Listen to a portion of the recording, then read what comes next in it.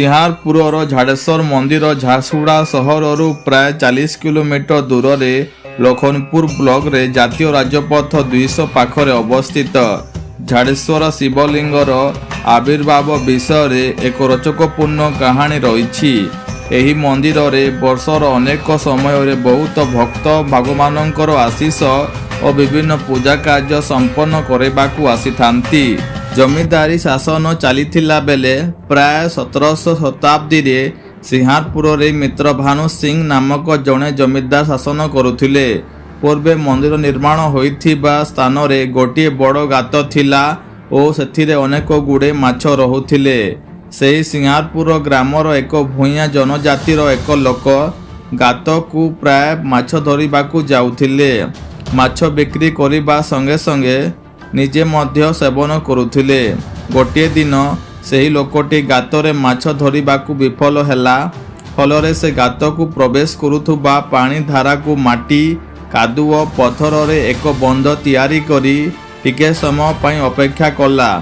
किछि समय परे गात पानी निर्मल होई सेही भूया आदिवासी लोक को प्रथमे शिवलिंगर दर्शन होइतिला। लोकटा शिवलिंग को सामान्य पत्थर भाबी ताकू उपकरण साहाय्य खोदिबाकू लागिला। शिवलिंग आघात होइतिबा स्थान गुड़िकरू धार धार होई क्षीर और रक्त झरिबाकू लागिला। ए दिव्य घटना देखी लोकटी आश्चर्यचकित होई जमींदार को सूचना देबा पाई गले। जमींदार मित्रभानु सिंह सेही लोकर कथा सुनी निज ग्रामवासी सहित शिवलिंगर दर्शन करिबा पाई बाहरिले। शिवलिंग को सेही जलपूर्ण स्थानरू एक शुष्क स्थान को नेबा पाई साबलरे टणा गला, किंतु साबलर आघात होइथिबा स्थानरू पुणी थरे रक्त और क्षीर धार झरिबाकू लागिला। तेणु शिवलिंग को स्थानांतरित कार्य बंद करागला। जमींदार निज ग्राम रे महादेव को आविर्भाव परे तांको नीतिदिन पूजा अर्चना करिबाकू एक पूजारी व्यवस्था करिबाकू गाँ गाँ बुलिले। शेष में वर्तमान रंपला ब्रिज पाखरे एक सबलहरा ग्रामरू जयदेव पुजारी को पाछटी आनिले। 4 पीढ़ी हैला तांकर संतान माने एठी पूजा कार्य अति श्रद्धा और भक्तिर सहित चलाई आसुछंती।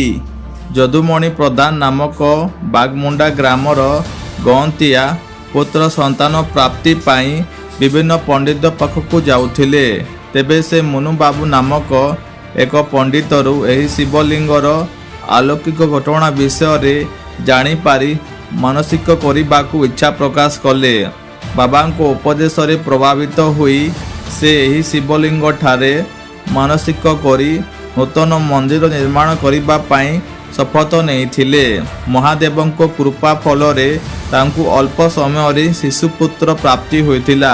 तेणु तांको मनोवांछा पूरण हेबा मात्रे से बाबा झाड़ेश्वर पाई मंदिर गढ़ी तोली देइथिले। प्राय 25 वर्ष पूर्वे बाबा बलिया को एही मंदिर को आगमन करिबा पाई झाड़ेश्वर बाबा स्वप्न देश देइथिले। स्वप्न रे से शिवलिंग ठारू झरणा बहुत बा दृश्य और कोयली भोगर महेश्वर नाथ शिवलिंग ठारू सिंहारपुर झाड़ेश्वर शिवलिंग को एक गुप्त सड़ंग थिबा सूचना पाइथिले। तेणु से महादेव को आदेश पाई बाबा झाड़ेश्वर पाखक आगमन कले। तांकर तपबल रे से शिवलिंगरू एक गंगा जल धारा को निःसृत करथिले, किंतु से गंगा जलर दुर्व्यवहार जोगु से गंगा जलर धारा धरित्री भीतर को चली जाइथिला। बाबा आगमन परे एटी विभिन्न प्रकार भजन कीर्तन और आध्यात्मिक कार्यक्रम आयोजन हेबाकू लागिला। बाबा शिवलिंग मांकड़ा पत्थर रे तैयारी जहाँ रुद्राक्ष माला सहित तुलना करा जाई पारे। तेणु एही शिवलिंग को रुद्राक्ष बाबा मध्य कुहा जाई थाए। एही मंदिर रे वर्ष को 4 मास रे जेपरिक कार्तिक श्रावण बैशाख माघ मास रे कलश यात्रार आयोजन करा जाई थाए। एठी शिवरात्रि और श्रावण मास रे बोल बम अति निष्ठा और श्रद्धार सहित पालन करा जाई थाए। एहा व्यतीत रुद्रा अभिषेक और जल अभिषेक आदि विशेष पूजा मध्य करा जाई थाए। सामाजिक कार्य जेमितिक विवाह अन्नप्राशन नामकरण आदि आयोजन करा जाई थाए। मंदिर प्राय 1500 वर्गफुट जमी रे तैयारी करा जायछि ମନ୍ଦିରର ଉଚ୍ଚତା ପ୍ରାୟ 25 ଫୁଟ ହେବ। ମନ୍ଦିରର ସାମ୍ନାରେ ଏକ ମଣ୍ଡପ ତିଆରି କରାଯାଇଛି ଯେଉଁଠି ବିଭିନ୍ନ ପ୍ରକାରର ପୂଜା ରୀତିନୀତି ସମ୍ପନ୍ନ କରାଯାଇଥାଏ। ମୁଖ୍ୟ ମନ୍ଦିରର ଡାହାଣ ପାର୍ଶ୍ୱରେ ଶନି ମନ୍ଦିର ଓ ତା ପାଖରେ ରାମ ଲକ୍ଷ୍ମଣ ସୀତା ମନ୍ଦିର ନିର୍ମାଣ କରାଯାଇଛି। ମନ୍ଦିର ସାମ୍ନାରେ 20 ଫୁଟ ଉଚ୍ଚତାର ଗରୁଡ଼ ସ୍ତମ୍ଭ ସ୍ଥାପନ କରାଯାଇଛି। ମନ୍ଦିର ପାଖରେ ଏକ ଆଶ୍ରମ ତିଆରି କରାଯାଇଛି ଯେଉଁଠି ବଳିଆ ବାବା ବସବାସ କରନ୍ତି। ମନ୍ଦିର ପାଖରେ ଏକ ପୋଖରୀ ଓ ସାମାଜିକ କାମ ପାଇଁ ଏକ ମଣ୍ଡପ ତିଆରି କରାଯାଇଛି। ମନ୍ଦିର ଆଧ୍ୟାତ୍ମିକ ଓ ପ୍ରାକୃତିକ ପରିବେଶ ଭକ୍ତମାନଙ୍କୁ ଶାନ୍ତି ପ୍ରଦାନ କରିଥାଏ।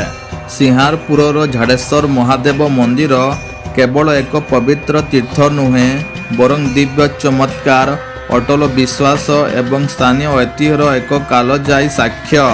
ଶିବଲିଙ୍ଗର ରହସ୍ୟମୟ ଆବିର୍ଭାବ ଠାରୁ ଆରମ୍ଭ କରି ଲୋକଙ୍କର ଶତାବ୍ଦୀ ପୁରୁଣା ଭକ୍ତି ପର୍ଯ୍ୟନ୍ତ ଏଠାରେ ପ୍ରତ୍ୟେକ ପଥର ଆଧ୍ୟାତ୍ମିକ ଜାଗରଣ ଏବଂ ଦିବ୍ୟ ଉପସ୍ଥିତିର କାହାଣୀ କହେ। ପ୍ରକୃତିର ଶାନ୍ତିରେ ଘେରି ରହିଥିବା ଏହି ମନ୍ଦିର ଆଜି ଭଗବାନ ଶିବଙ୍କର ଅନନ୍ତ ଆଶୀର୍ବାଦ ଏବଂ ପଶ୍ଚିମ ଓଡ଼ିଶାର ଆଧ୍ୟାତ୍ମିକ ସମୃଦ୍ଧିର ପ୍ରତୀକ ଭାବରେ ଠିଆ ହୋଇଛି। ପ୍ରିୟ ଭକ୍ତ ଏବଂ ଶାନ୍ତି ଖୋଜୁଥିବା ଲୋକମାନେ, ଆମେ ଆପଣଙ୍କୁ ବାବା ଝାଡ଼େଶ୍ୱରଙ୍କ ଏହି ଦିବ୍ୟ ବାସସ୍ଥାନ ପରିଦର୍ଶନ କରିବାକୁ ଆମନ୍ତ୍ରଣ କରୁଛୁ। ଆସନ୍ତୁ, ପବିତ୍ର ରୁଦ୍ରାକ୍ଷ ଶିବଲିଙ୍ଗର ଦର୍ଶନ ଓ ପ୍ରାର୍ଥନା କରନ୍ତୁ ଏବଂ ଏହି ମନ୍ଦିରକୁ ପରିପୂର୍ଣ୍ଣ କରୁଥିବା ଦିବ୍ୟ ଶକ୍ତିକୁ ଅନୁଭବ କରନ୍ତୁ। ମହାଶିବରାତ୍ରି, ଶ୍ରାବଣ ବୋଲବମ୍ ଏବଂ କଳସ ଯାତ୍ରା ଭଳି ପବିତ୍ର ପର୍ବଗୁଡ଼ିକର ଅଂଶ ହୁଅନ୍ତୁ କିମ୍ବା ଏହି ଆଧ୍ୟାତ୍ମିକ କେନ୍ଦ୍ରର ଶାନ୍ତିପୂର୍ଣ୍ଣ ପରିବେଶରେ ଏକ ଶାନ୍ତ ମୁହୂର୍ତ୍ତ ବିତାଇ ଦିଅନ୍ତୁ। ବାବା ଝାଡ଼େଶ୍ୱରଙ୍କ ଦିବ୍ୟ ଉପସ୍ଥିତିରେ ଆପଣଙ୍କ ଆତ୍ମାକୁ ସାନ୍ତ୍ୱନା ଦିଅନ୍ତୁ।